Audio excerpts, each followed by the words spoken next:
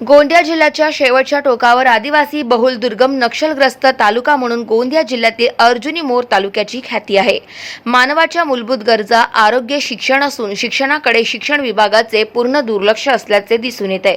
अशीच घटना दिनांक 25 जुलै रोजी दुपारी 12 वाजेच्या सुमारास नीलज या गावात घडली। नेहमीप्रमाणे विद्यार्थी शाळेत आले होते। प्रार्थना होताच विद्यार्थी वर्गात जात असताना एका विद्यार्थ्याचा शाळेच्या लोखंडी फाटकाला तर दुसऱ्या विद्यार्थ्याचा हात खिडकीला लागला। दोघांनाही करंट लागल्याचा झणझणाट झाला। लगेचच विद्युत पुरवठा खंडित करण्यात आला। त्यामुळे कुठलाही अनुचित प्रकार घडलेला नाही।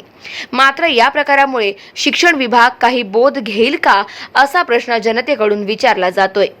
अर्जुनी मोर तालुक्यात ना धड शिक्षण, ना धड शिक्षक, ना शाळा इमारती अशी अवस्था अनेक गावात पाहावयास मिळत आहे।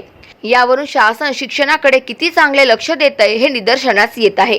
काही दिवसांपूर्वी वडेगाव बंदी येथील गावकऱ्यांनी शिक्षक मिळण्यासाठी शाळा बंद आंदोलन केले होते।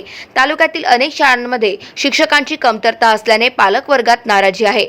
तालुक्यातील अनेक ठिकाणी इमारतींची झरझर अवस्था झाल्याने विद्यार्जन कसे करावे असे प्रश्न विद्यार्थ्यांसमोर पडलाय। निलज येथील शाळेची इमारत फार जुनी आहे। या इमारतीला ठिकठिकाणी तडे गेलेले आहेत। 4-5 दिवसांपासून तालुक्यात पावसाने थैमान घातले असून स्लॅब गळत आहे। विद्यार्थी बसतात तिथेच पाणी साचतं। शाळा इमारतीची विद्युत पुरवठा फिटिंग खूप जुनी आहे। भिंती पाण्याच्या जिरपणामुळे सदैव ओल्या राहतात।